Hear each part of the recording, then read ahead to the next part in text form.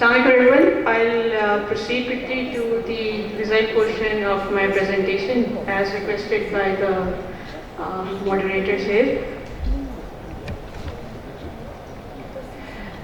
So this study was done to characterize the burden of chronic respiratory diseases in Pakistan. We used the Global Burden of Disease 2019 data, which is basically curated by the IHME, Institute of Health Indices and Matrices, which is under the Washington University. So disease burden data was estimated using analysis of deaths, DALYs, and years of life lost. We analyzed data for subnational, national, and regional subgroups, and the disease-specific analysis was done for COPD, interstitial lung disease, and asthma. So in regional analysis, globally, mortality rates from chronic respiratory diseases were greatest in South Asia. And among South Asia, this was highest in Nepal. So basically, Nepal has the highest mortality rate globally due to chronic respiratory diseases. Among the South Asian countries, Pakistan had the lowest mortality rate, secondary to chronic respiratory diseases. So this is basically a line graph giving you a brief summary of the chronic respiratory diseases. The deaths which have been described, the age standardized death rates. If you can see, there is a difference between this blue line is basically the data of Pakistan among the males. There has been a decline here, whereas the female, the death rate have been more or less static.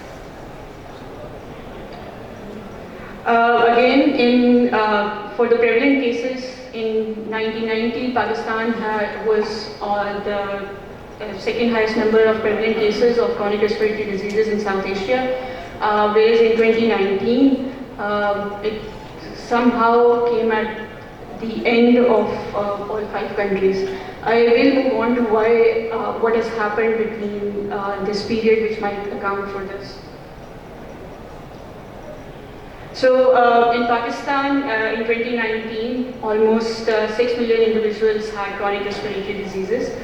In terms of absolute numbers, there was an increase of 40% compared to 1990. However, when we account for aging and population growth, the age standardized prevalence decreased, the age standardized death rates and age standardized DALY rates also declined. So, coming to the incidence, as you can see, the age standardized incidence declined in 2019. Similarly, the prevalence rate also declined. So these are just basic overviews of of chronic respiratory diseases. For chronic obstructive pulmonary diseases, basically on the basis of age-specific groups. So for COPD, as you see, has a high prevalence in the age groups towards beyond 50, whereas asthma, as you can see, you have the inclusion of patients below in the younger age groups too. Again, pneumoconiosis, higher number across the age groups among 60, 70, and 75. Interestingly, we have an increase in the number of cases of interstitial lung disease and sarcoidosis starting with the ages 45. The age 6 specific prevalence of chronic respiratory disease in 2019 also varied geographically. These were highest in Sindh region. So for both genders, most deaths and disability DALYs were secondary to chronic COPD.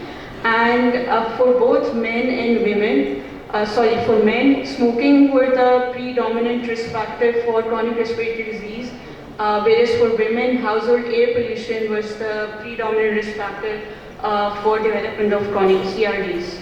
So this is basically giving you an analysis of DALYs. Here you have the males, the females.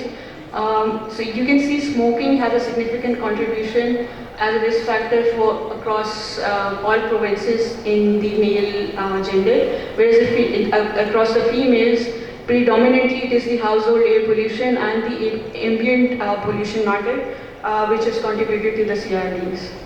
Again, if we just look at the occupational factors contributing to the deaths, smoking again is the highest contributor among the male groups, whereas among females, household air pollution is the predominant contributor to the deaths.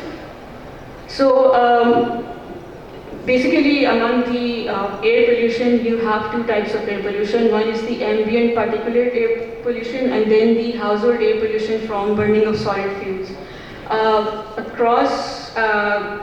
So from 1990 to 2019, you see a decline in chronic respiratory diseases attributable to household air pollution. So basically this is because of increasing the access to electricity and gas across the country, whereas we see an increase in the ambient particulate matter pollution contributing to chronic respiratory disease.